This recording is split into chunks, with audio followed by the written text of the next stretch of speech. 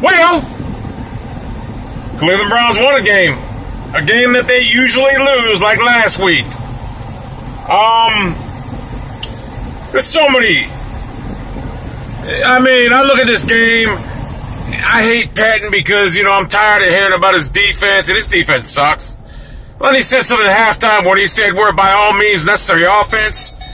When he said, he goes, we'll do whatever it takes to score and, you know, don't have to necessarily run the ball. So that gave me some hope. But his defense sucks, but they did step up at the end of the game to make some key critical stops. The referee that called the pass, or the personal foul on K1 Williams, is a fucking asshole! Fuck! Because that almost cost the Browns a game, and if it did, I was going to go the fuck off.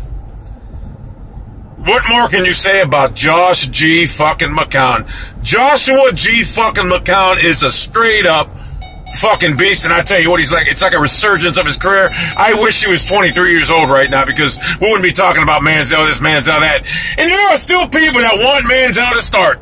Listen, I'm one of the people that say our team sucks, we might as well play him. However, now that McCown puts up points, I don't care. I want to play McCown.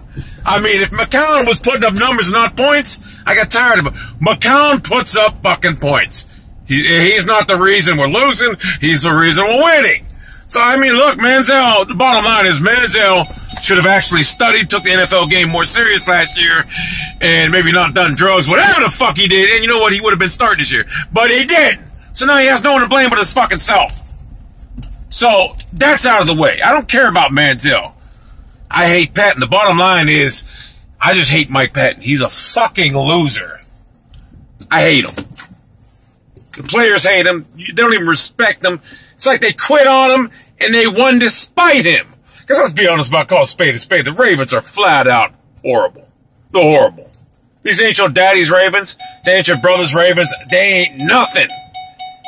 The Browns and Ravens, the only thing that separates them are the fucking quarterbacks. One's younger than a beast. The other one's older than a beast. Both our defenses suck. It is what it is. Overall, it's a win. We're 2-3. If I was coaching this team, we'd be 5-0 right now. Our receivers are midgets, but somehow the coordinator gets the most out of them. And McCown, Joshua McCown, makes them relevant. I'm amazed at what, I don't know, it's crazy. Joshua McCown is a fucking beast. There's a lot of teams out right now that wish they had Joshua McCown. Of course, these videos when the Browns win are always better because I'm not stressed out after a fucking 4-hour stressful day. Someone made a valid point, and I can watch 4 o'clock games without being stressed out.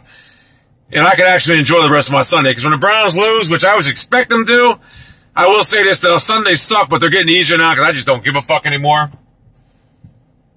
Like I say, as far as Manziel goes, he should have kept himself off the dope and took the NFL serious last year. Maybe he would have started. But we got a guy, McCown, who's not the future, because he's 36 years old. I would really love to find out how old he really is, because he sure plays like he's about 26. Very spry for a guy his age. Can move around. He's an athlete. But he's not our future. So, I understand the sentiment wanting to see Manziel play. Because I believe, honestly, Manziel, with the same luxury of the open playbook like McCown has, I believe he can do the same things. I really believe Manziel can play. But we know if they put Manziel in, they're going to really keep him down to be check down Charlie. It's going to fucking look like shit, and it's going to be boring offensively. I know people are going to say he had 2 bombs. Listen, I want the whole playbook opened up for Manziel. I just don't want him going in with that playbook that was around Tennessee. That was boring. But I believe Manziel can play. Now, the only way I think he's going to get in now is if McCown gets hurt. That's the only fucking way. Personally, right now, if I had my choice, I want McCown to play because I know McCown, what he can do. And I'm not ready to give the season up right now. The wild card is not out of the fucking... We still got a long way to go. We win next week, we're 3-3. Wild card's right fucking there. The division may be out of reach, but...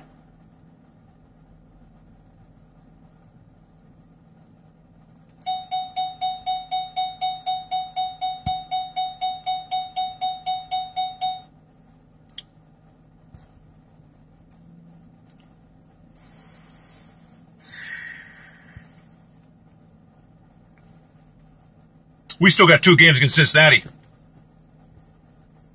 And if we do our part the rest of the season, then 2 games against Cincinnati could mean something. Because our defense sucks right now, but who's to say that it can't be corrected? When Justin Gilbert didn't want to return the kick, I corrected it, sir. And then I corrected him. Charles O'Grady, The Shining. The bottom line is, oh, by the way, Justin Gilbert, listen, you gotta return punts. I mean, you gotta return kicks out of the end zone. I mean, you're 5 yards deep in the end zone. Take the fucking kick out. Don't earn your fucking money, motherfucker. Earn your fucking money. I wish the fuck they could find a place for him on offense, to be honest with you, because he's big target. Some of our guys are small, so it's gonna be a lot harder for Joshua fucking McCown to find. Bottom line is, I'm not mad. I was mad at that referee, and I'm not gonna lie. That referee's a fucking piece of shit who I can't fucking stand looking at, and I hate his fucking family because the motherfucker almost cost us the fucking game because we would have lost. I would have blamed it on that. But you got bailed out, referee, because we got Joshua fucking Beast McCown. Josh McCown's a beast. In this storied franchise, he has the most passing yards ever in a regular season game. I believe the record for playoffs is Bernard Kosar. Against the New York Jets. Double overtime victory when 23-20. A game that the Jets should have won. But Mark Gastineau decided to rough fucking Kosar and gave us an extended downs. All you old-time Jets fans will know that. Without Mark Gastineau, the sack exchange, him and Klecko. But Gastineau cost you motherfuckers a trip to the AFC title game.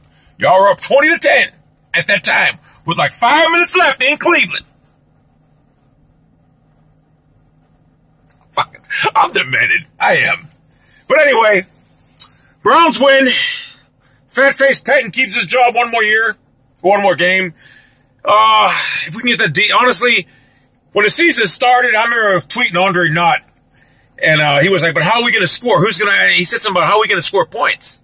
Because people were wondering about our offense, and he goes, "But who's going to score for us?" I go, "Everybody. Someone's going to score. I mean, if you have an NFL quarterback, he's going to find people open." And guess what? The offense ain't our problem this year. Our offense is prolific. I mean, in the early part of the game, we were kicking field goals, but when it comes down to it and we need to score, it's prolific. It really is. Now, the defense is our fucking weak spot. I never thought the defense, if we had a defense we had last year when it was aggressive and it was good. Honestly, if I'm Haslam, I tell Patton, fire fucking O'Neal. You take over the defense, you're firing. Call him in the office and look. So here's me. I'm fucking Jimmy Haslam and Patton. You guys are Patton. All right? Patton, sit down. You're going to fire O'Neal, or your fat face is going to be fired, and I will see that you never have another job in the National Football League again, even as a coordinator. Do you understand me? So what are you going to do? You're going to fire O'Neal, and you're going to take over responsibilities and culpability of the play calling. Case closed. Jimmy Haslam, that's all you need to do. So anyway, game's over. Oh, wait a second. I should have been listening this whole time. Is their opinion of you and your opinion. Game's over, Browns win.